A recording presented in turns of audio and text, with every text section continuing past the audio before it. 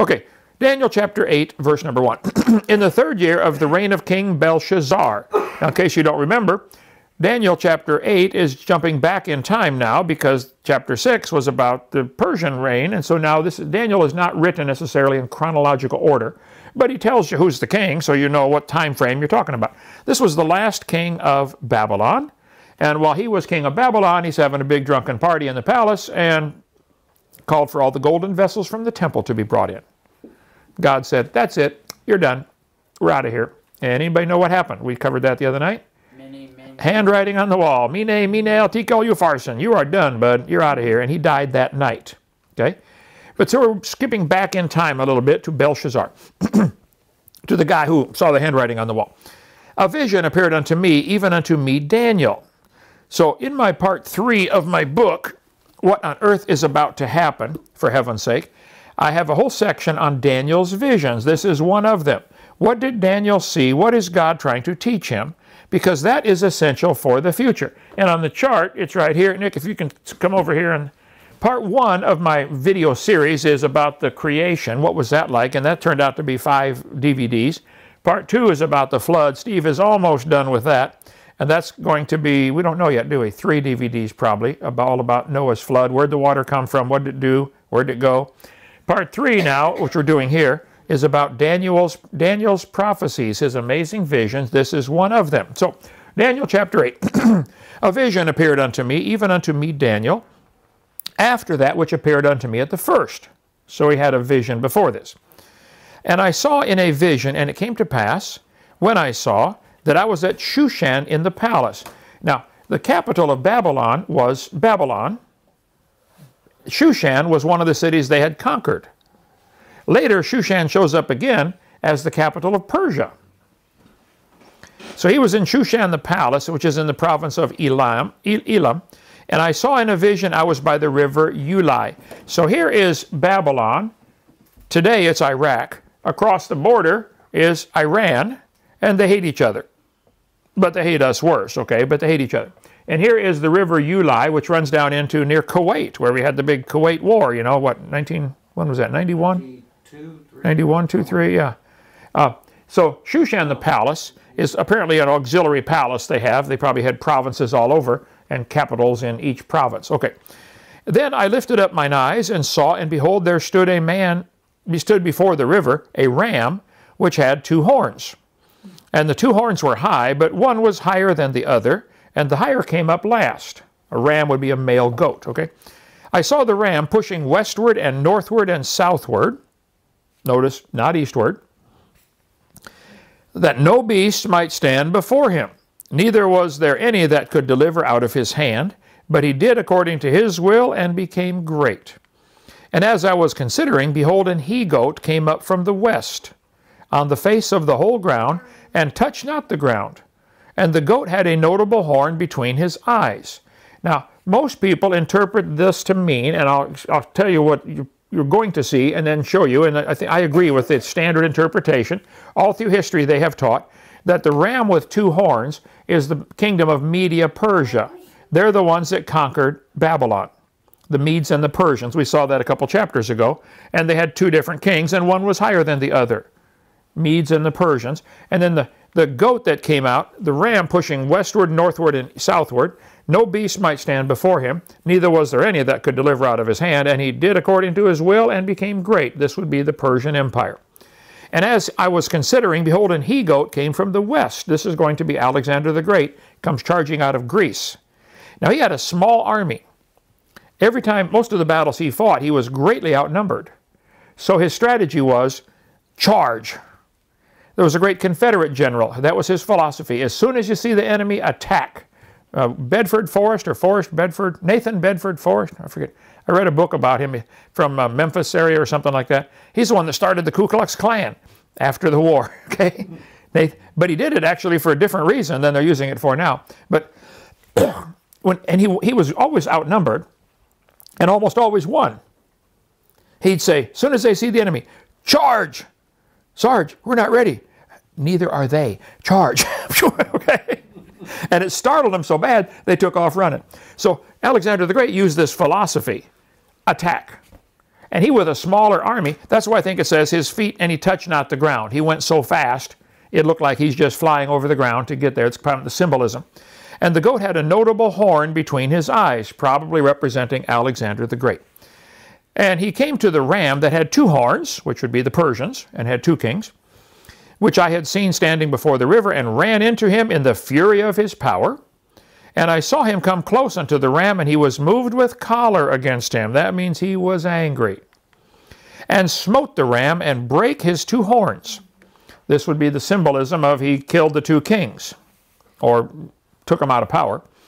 And there was no power in the ram to stand before him, but he cast him down to the ground, and stamped upon him, and there was none that could deliver the ram out of his hand. So he lost to Alexander the Great. And we know historically that's what happened. The Persians got conquered by Alexander the Great, the Greeks, okay? Therefore, the he-goat waxed very great, and when he was strong, what do we got here? Notification. The great horn was broken. So this he-goat, Alexander the Great, the Greeks, waxed great. He became a great leader and died at age 30. The great horn was broken, and for it came up 4 notable ones toward the 4 winds of heaven. And everybody knows historically, Alexander's huge kingdom was divided up between his 4 generals. The 4 top generals each took a section, and the kingdom broke up into 4 regions.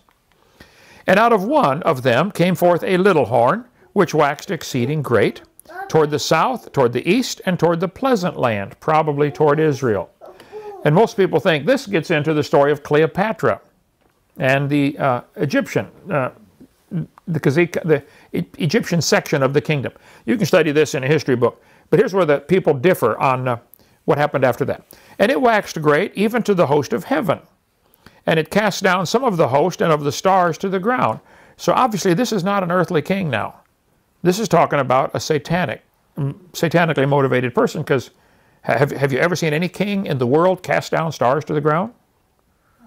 Or go to the host of heaven? We can't do that. We can't get there. And he stamped upon them. So this now has become, I think, a satanic, probably the devil. Yea, he magnified himself even to the prince of the host, and by him the daily sacrifice was taken away. Now, I believed for a long time, I no longer believe it, but I used to believe that this is talking about Antiochus Epiphanes, who in about 168 BC, I think, conquered Israel. He had gotten beaten in Egypt, and he felt kind of bad, so on his way back home, he stopped off and conquered Israel, and stopped the daily sacrifice in the temple, and either offered a pig on the altar or something, and it polluted the altar, and the Jews thought, oh no, this is terrible, okay? But Roland Rasmussen makes a great point in his book, this is one of the books that changed my mind over to post-trib, pre-wrath. He is right.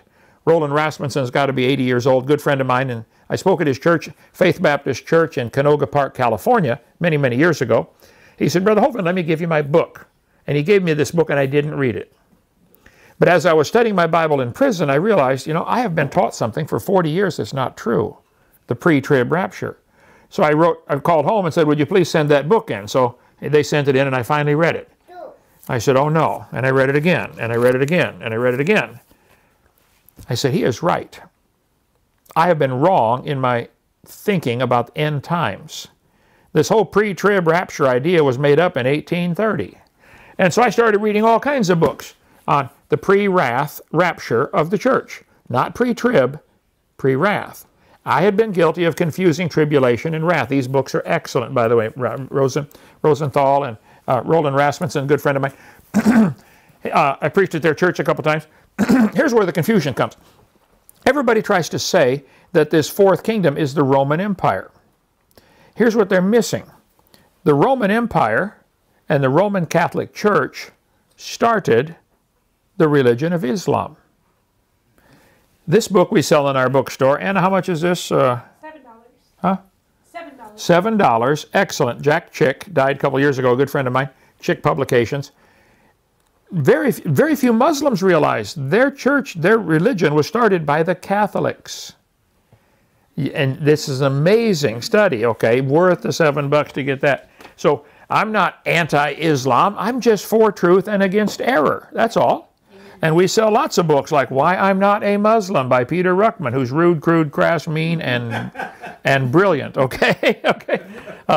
America's Trojan Horse by Don Boyce. Do we sell this one? No. I had supper with Don a few weeks ago up in Tennessee. He also wrote several, we do sell one of his books. He gave us some. The God Haters. Here it is right here. Okay, I knew I had it. It's got a new title now, doesn't it? New cover page? That's it. The God Haters. Okay, and how much is this one? Don't know. Just go to our website, Dr. Dino, or call Anna. She'll say, hi, this is Anna. And you can say, how much is the God Haters book by Don Boyce? He's a genius. He's up near Chattanooga, Tennessee. So I read the books by Joel Richardson. Excellent books on this topic. Islam, the Mideast Beast, the Islamic Antichrist. And so Muhammad's Monsters. I began reading and reading. While I was in prison, I read 1,800 books. I said, I want to know the truth. I just want to know what's right. I read from all different sides. I read the pre-trib books again. The Salem Kurban, Jesus Comes Any Minute. We got 50 songs in our songbook. You know, it could happen in a moment, in a twinkling of an eye. Soon and very soon, I'm going to see the King. I've sung all those songs 100 times. I wish they were true. They're not, okay? The Coming Islamic Invasion. Excellent book on what's coming. We are headed for trouble, folks. Holy Scriptures versus the Holy Quran. What are the differences between the two? Again, by Peter Ruckman. Excellent. Huh? $15. Okay, it's really good. Christ, Muhammad, and I. We sell this one. This guy was a former Muslim. See, everybody tries to say that the fourth kingdom mentioned here is the Roman Empire. And I believed that for a long time. And I finally had pointed out to me, Rome never conquered Babylon. They did for a few days or a few weeks, but it's not the Roman Empire, the fourth one. The legs of iron is Islam. And they are tied in with the Roman Catholic Church. And that's where people are missing it. The Catholic Church started Islam. Anyway, so he took away the daily sacrifice. Now here's the key. This cannot be Antiochus Epiphanes. Because Antiochus went in there, just desolated the temple, offered a pig on the altar or whatever he did. And the temple was desolate for 1,075 days, I think. 1,075 days. And then one of the guys went in there, the Maccabee brothers and family went in there and cleansed the temple. And they only had enough oil, according to the story, for the lamps to burn for one day. They said, what are we going to do? They're supposed to burn for 10 days. Light them anyway. Let's just trust God. And the lamps burned for 10 days, according to the story. And they still celebrate that today. It's one of the Jewish feasts that they have. Anybody know what it's called? Hanukkah. Hanukkah is the celebration of this daily sacrifice being put back into place in the temple. But this all happened back in 165 or 168 BC, before Christ. So if you get a Catholic Bible, you'll find some extra books in there called the Apocrypha. Two of them are called 1st and 2nd Maccabees. That's the story of the Maccabee brothers. But watch this now. The temple was desolate for 1,075 days.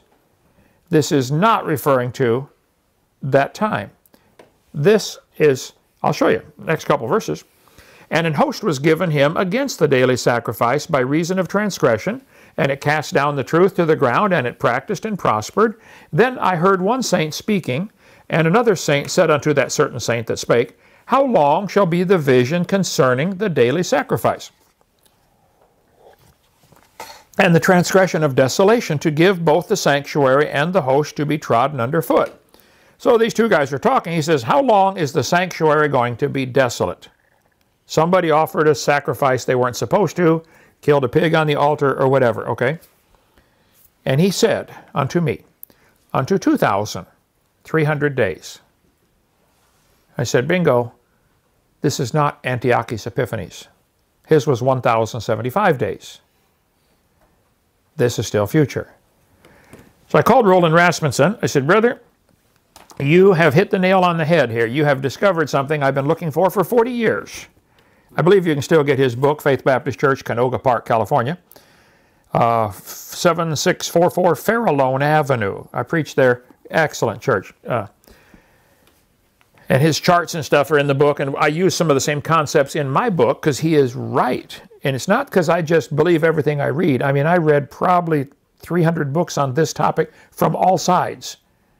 Give them a chance to defend themselves. And I've got them all up here, all the pre-trib rapture books, and I used to believe that. I didn't get time to catch them all now before the Bible study, but Yes, I've read that stuff, and I'm willing to listen.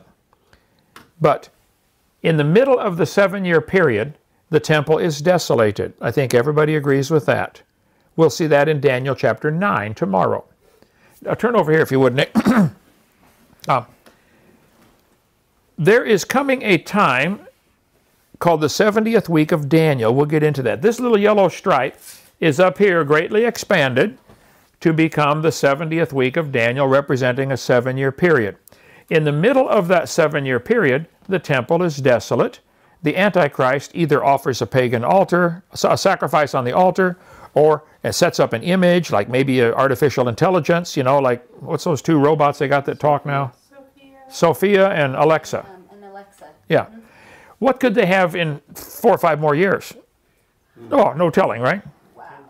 Yeah, Avatar type stuff, okay? Anyway, I don't know. But the temple gets desolated in the middle of the 70th week. I think all sides agree on that. But how long is the temple desolate? 2,300 days.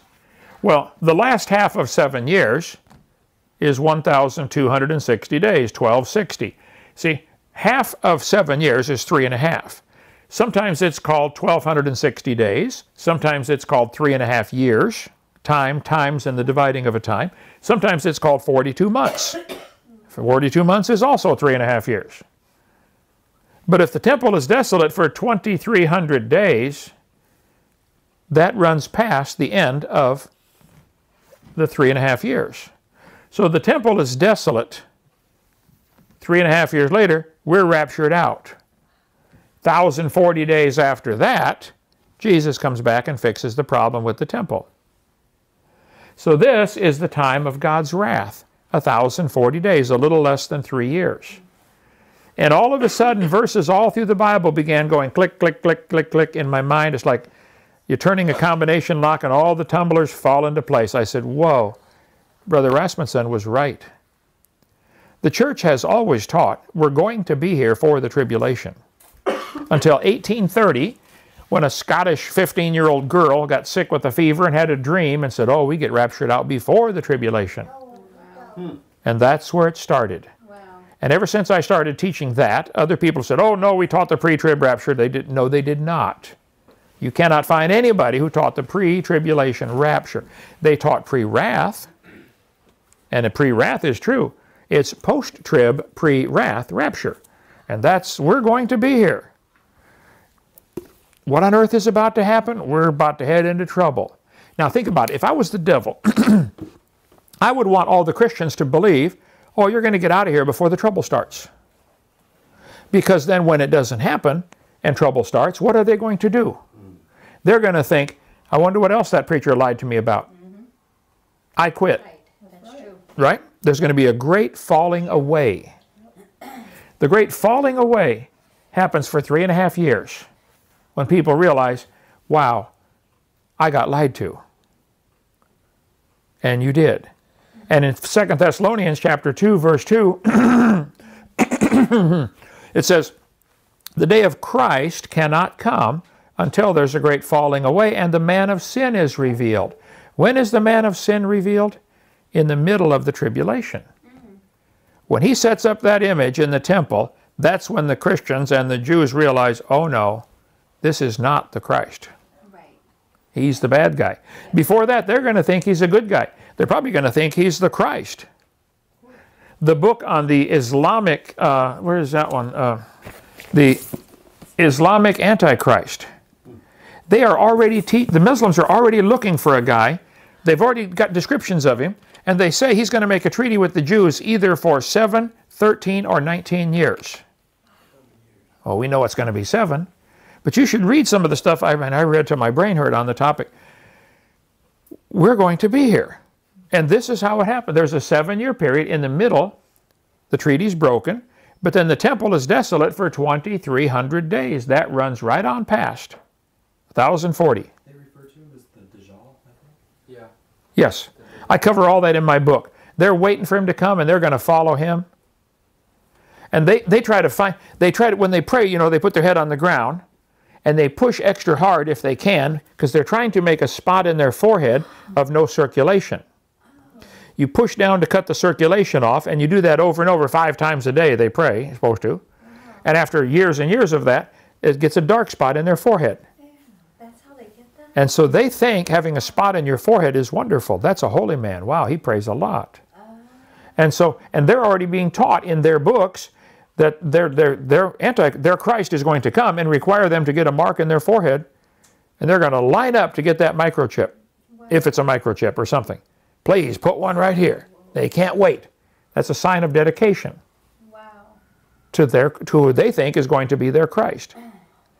So on my chart here, who are they waiting for? The Christians are waiting for Christ. The Jews are waiting for the Messiah. They don't realize he came already, and he's coming back. The Buddhists are waiting for the 5th Buddha to come straighten out this mess. The Muslims are waiting for the 12th Imam, Mahdi, going to ride on a black horse. The Hindus are waiting for Krishna. The Theosophists are waiting for Lord Maitre. Everybody's looking for somebody to come straighten out this mess. And so the charts that we have on this, I tried to pack as much information on there as I could get. That was a result of, after all my study, I said, I've been wrong. I'm sorry. We're here for the tribulation. Okay, so this chart is from Roland Rasmussen's book. There's a 7-year period, and then in the middle the treaty is broken and the temple is desolate for 2,300 days. It runs right past the time of the rapture.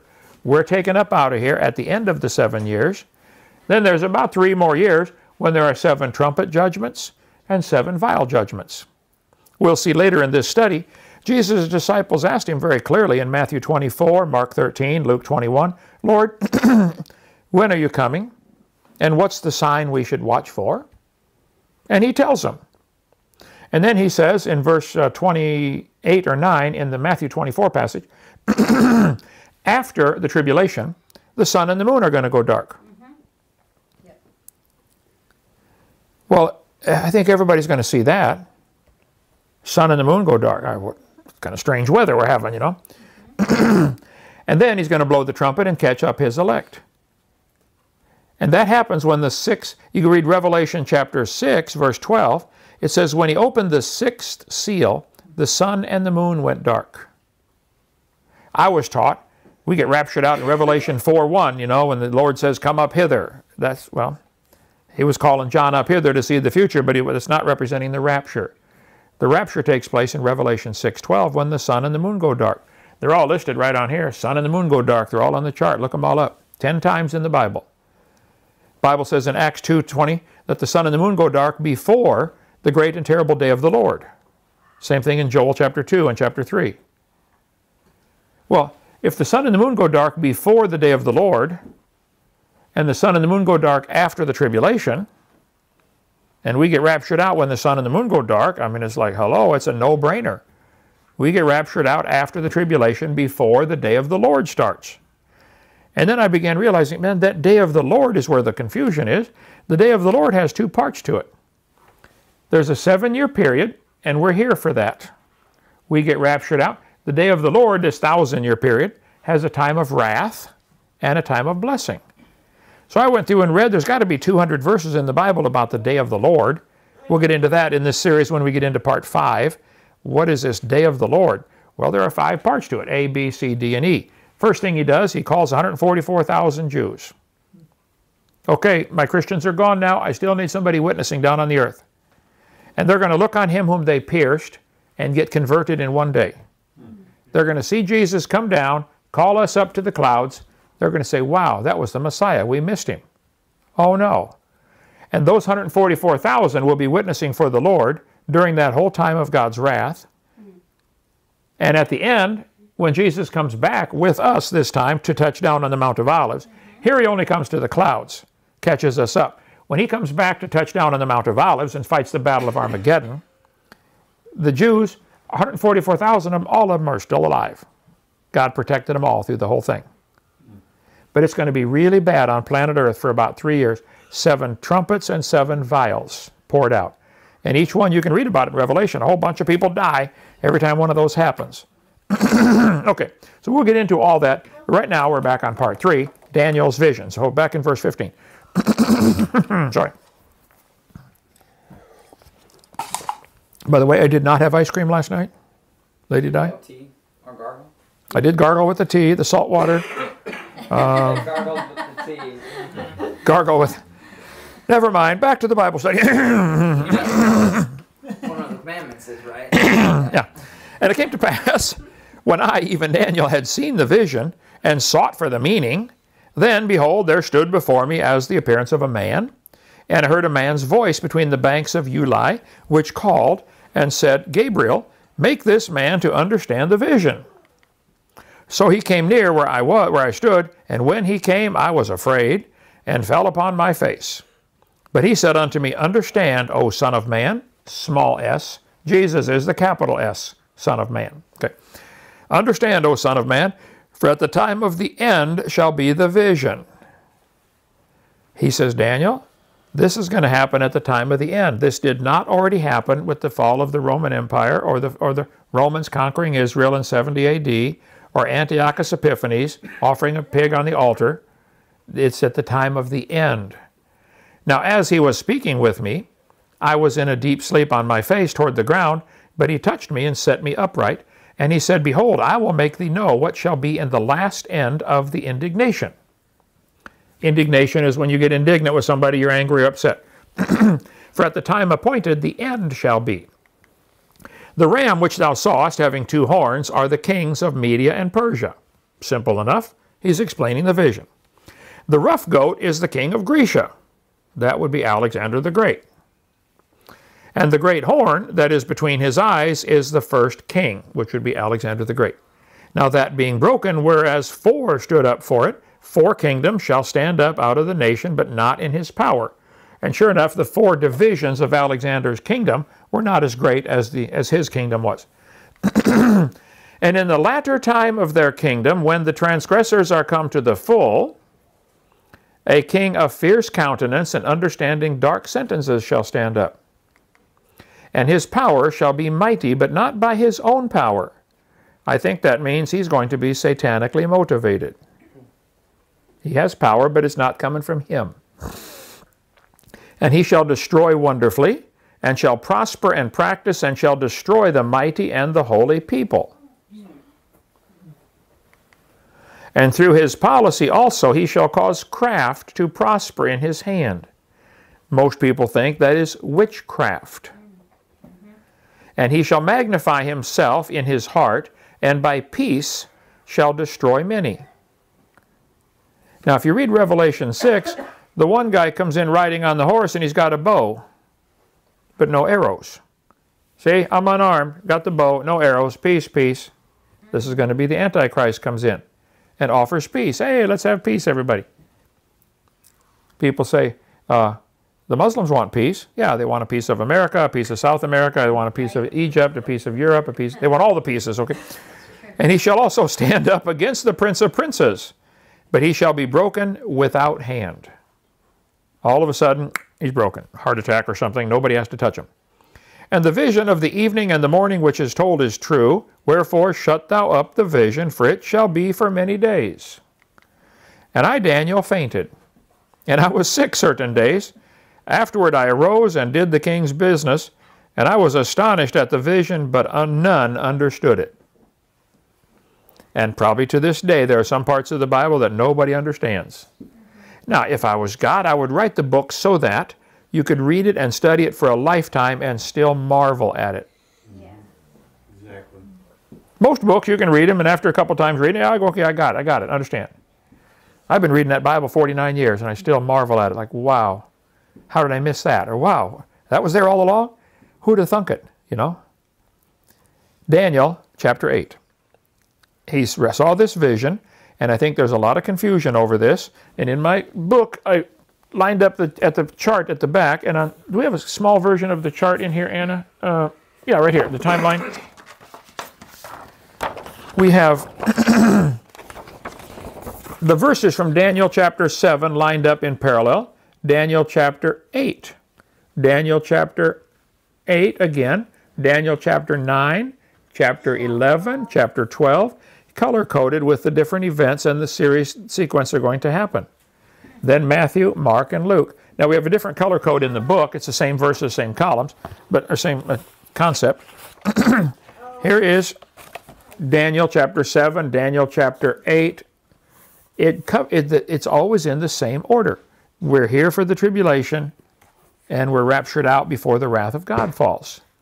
So if you want to study the end, I would suggest you get the chart and the book and really read through that and follow along with our video series. I just want to know the truth, okay? If I'm wrong, I'll change it. I wish I could tell everybody, oh, something good is about to happen to you, because then people would send in millions of dollars and build me a mansion and buy me a Cadillac and all that stuff. They don't want to hear, look, you might get killed for your faith. People don't want to hear that. People are getting killed for their faith now. Yeah. They'd rather hear, tickle my ears, tell me something I want to hear. Oh, it's going to be fine. Oh, thank you. You want to go to the doctor when you're dying of some kind of disease, and he says, oh, you're fine. Okay, here's $100. Thank you, doctor. Right. No, tell me the truth. Right. All I can do is tell you what I think is the truth about what's coming, folks. We're headed for trouble.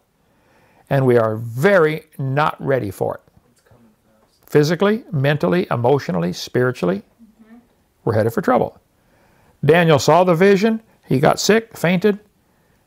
Said, Lord, I don't understand. Well, chapter 9, he has another vision. We'll talk about that tomorrow night.